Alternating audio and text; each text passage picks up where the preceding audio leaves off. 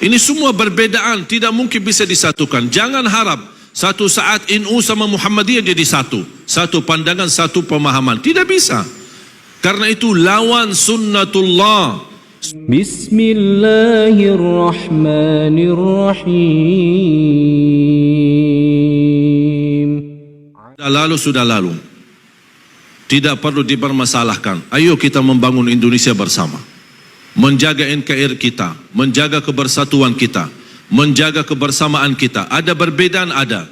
Apa yang saya sampaikan tidak semua bisa terima. Boleh, itu hakmu. Beda pandangan, beda pikiran, beda otak. Saya tidak bisa maksa untuk menerima apa yang saya sampaikan. Tetapi tetap kita saling menghormati walaupun ada perbedaan di antara kita. Saya suka kalau masuk masjid selalu saya sesuaikan. Di mana masjid, apalagi diminta jadi imam. Kalau salat subuh saya tanya, kunut subuh tidak? Oh kami biasa kunut subuh, saya kunut subuh. Oh kami biasa tidak kunut subuh, saya tidak kunut subuh. Kami biasa jahar bismillah, saya jahar bismillah. Kami biasa tidak jahar bismillah, saya tidak jahar bismillah. Ini semua berbedaan, tidak mungkin bisa disatukan. Jangan harap satu saat NU sama Muhammadiyah jadi satu. Satu pandangan, satu pemahaman. Tidak bisa. Karena itu lawan sunnatullah. Sunnatullah, Allah menciptakan manusia dengan adanya perbedaan. Kenapa tidak bisa disatukan? Karena beda otak. Dan tidak bisa jadikan manusia satu otak, satu fikiran, satu pandangan. Contoh sederhana, Imam Syafi'i belajar agama sama siapa? Muridnya siapa? Imam Maliki. Imam Maliki gurunya, tapi kok bikin mazhab sendiri? Tak pernah Imam Maliki protes. Kok selama belajar sama saya terus bikin mazhab sendiri, enak-enak sih? Tidak pernah protes. Tidak pernah Imam Maliki berkata Imam Syafi'i sesat.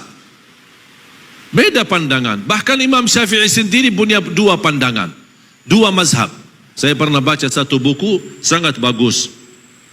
Sayang sekali belum ada bahasa Indonesia. Al-Imam Syafi'i wa madhabuhu al-qadim wa madhabuhu al-jadid. Imam Syafi'i dengan mazhab yang lama dan mazhab yang baru. Kok Imam Syafi'i punya dua mazhab? Ketika saya baca judulnya, kok Imam Syafi'i tak konsisten? Tapi begitu membaca dalamnya, subhanallah, terlihat kekayaan ilmu Imam Syafi'i yang mampu menyesuaikan. Ketika dia berada di Irak, beda ketika dia berada di Mesir. Beda budaya, beda kebiasaan, beda lingkungan, beda suasana. Makanya dia bisa menyesuaikan dengan ilmunya, cocok di Mesir dan cocok di Irak. Saya yakin kalau Imam Syafi'i masih ada, apalagi datang ke Indonesia, ada mazhab yang ketiga yang cocok dengan selera orang Indonesia. Dan perbedaan itu bukan berarti Islam, memang Islam satu, Quran satu, Nabi Muhammad satu. Apakah dasar Imam Maliki membawa agama Quran dan Sunnah? Dasarnya apa Imam Maliki? Quran dan Sunnah. Terus Imam Syafi'i apa dasarnya? Quran baru beda, Sunnah baru beda atau sama? Tapi kalau memang sama-sama membawa Quran, sama-sama bawa hadis, kenapa ada perbedaan? Bukan beda sumber agama, tetapi berbeda memahami isi Al-Quran. Yang terjadi beda pemahaman, bukan beda sumber agama. Mereka tahu semua kembali kepada Sunnah, semua kembali kepada hadis, semua kembali kepada Al-Quran. Tapi memahami isi Al-Quran dan memahami makna hadis. Jangankan berbeda antara Imam Malik dan Imam Syafi'i, antara sahabat yang guru mereka adalah Nabi Muhammad sallallahu alaihi wasallam, yang mereka ahli bahasa Arab murni, yang memahami bahasa Arab, yang memahami isi Al-Quran, tidak perlu dijelaskan. Tetapi banyak hal terjadi berbeda pemahaman di antara sahabat, sedangkan Rasulullah SAW membawa satu perintah. Kisah yang masyhur, hadis yang masyhur, hadis kisah Yahud Bani Quraidah. Ketika Rasulullah SAW memerintahkan mereka, kalian salat asar di Bani Quraidah. Mereka salat zuhur sama Rasul, kemudian berjalan menuju menjalani tugas ke kampung Bani Quraidah. Apa perintah Rasul? Jangan kalian salat asar kecuali di Bani Quraidah. Kalian salat asar di kampung Bani Quraidah. Rombongan sahabat jalan, di tengah perjalanan masuk waktu asar. Tolong perhatikan kisah ini. Di waktu perjalanan masuk waktu asar. muncullah dua pemahaman.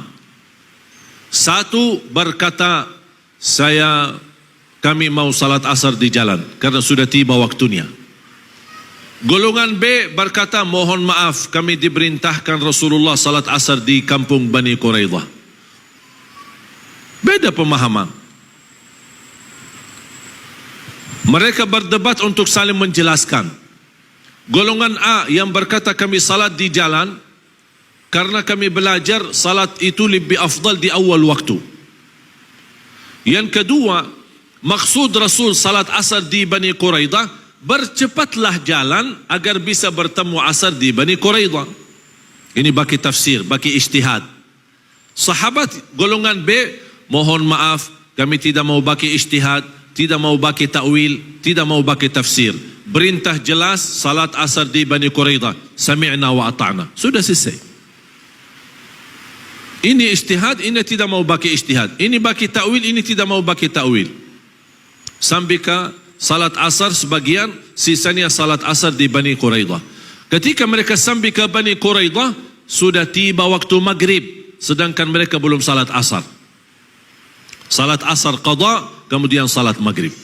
Terjadi masalah, perbedaan. Mereka kembali kepada Madinah dan bertemu Rasul. Ya Rasulullah, terjadi silsilah perbedaan di antara kami. Ada yang salat di jalan, ada yang salat di kampung Bani Quraidah, padahal sudah masuk waktu maghrib. Yang benar yang mana ya Rasulullah? Rasul menjawab, dua-duanya benar. Dua-duanya benar. Semua berdakwah di Indonesia, insya Allah saya yakin semuanya niat baik untuk Indonesia. Silahkan Bapak Ibu belajar. Siapapun yang datang ke tempat kita, tidak usah tahu latar belakangnya. Tidak usah tahu dia tamat mana. Saya tidak peduli tamatan mana. Mau dia tamatan Madinah, mau dia tamatan Makkah, mau dia tamatan Mesir, mau dia tamatan Maroke, dia mau tamatan Sudan, mau dia tamatan Hadramaut, Darul Mustafa, atau dunia tamatan Al-Ahqaf, atau apa saja, saya tidak peduli. Saya peduli isinya saya dengar. Manfaat saya ambil, tidak bermanfaat saya buang. Dan tetap guru itu kita hormati. Dan justru semakin belajar dalam perbedaan, man kathura ilmuhu qalla inkaruhu.